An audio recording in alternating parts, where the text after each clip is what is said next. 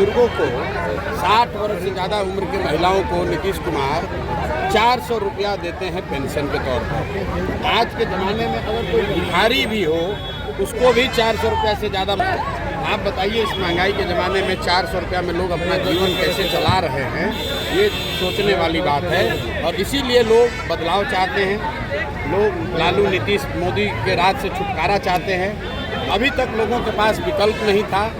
30 बरस से लोग लालू के डर से भाजपा, भाजपा के डर से लालू नीतीश को वोट देते रहे हैं। अब लोगों को एक नया विकल्प दिख रहा है, लोग उसको सुन रहे हैं, उसको जांचेंगे, परखेंगे। और मेरा विश्वास है कि अगले 4-5 महीनों में बिहार में आपको अप्रत्याशित परिवर्तन दिखेगा, बदलाव दिखेगा। ये भीड़ उसी को दिखा रही है। सर, तेजस्वी ने पत्र लिख के 85% आरक्षण की मांग की है। तेजस्वी ने पत्र लिख कर 85% आरक्षण इसका जवाब पहले भी दिया है। तेजस्वी यादव जैसे लोग जैसे ही विपक्ष में आते हैं, उनका ज्ञान का चक्षु खुल जाता है। 15 बरस उनके माँ बाप यहाँ मुख्यमंत्री रहे, उनकी सरकार रही, तब 75% रिजर्वेशन काहे नहीं किए। उसके बाद 3 बरस डिप्टी सीएम रहे, तब 75% रिजर्वेशन काहे नहीं किए।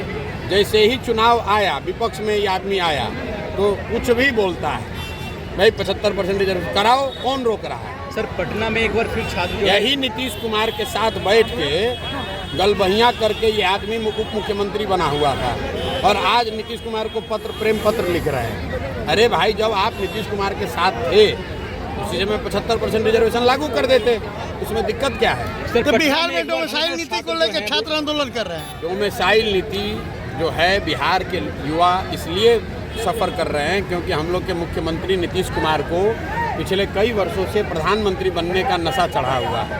तो इन्होंने ऐसी व्यवस्था बनाई है कि बिहार के बच्चे दूसरे राज्य में जाकर मजदूरी कर रहे हैं, और बिहार में जो भी 10-20 हज़ार नौकरी निकलता है वो दूसरे राज्य के लोग आकर यहाँ शिक्षक बनते हैं, पुलिस बनते हैं। क्योंकि नीतीश कुमार को ऐसा लगता है, सुनिए मेरी बात, नीतीश कुमार को ये लगता है कि दूसरे राज्य से कोई आकर यहाँ नौकरी पाएगा तो दूसरे राज्य में नीतीश कुमार का ब्रांड चमक जाएगा। तो प्रशांत किशोर का क्या मतलब विजन है, पिछले 3 वर्ष से बताते बताते अंत में गला में गांठ पड़ गया, लेकिन जी न्यूज़ के आपके सीनियर संवाददाता को समझ में नहीं आया।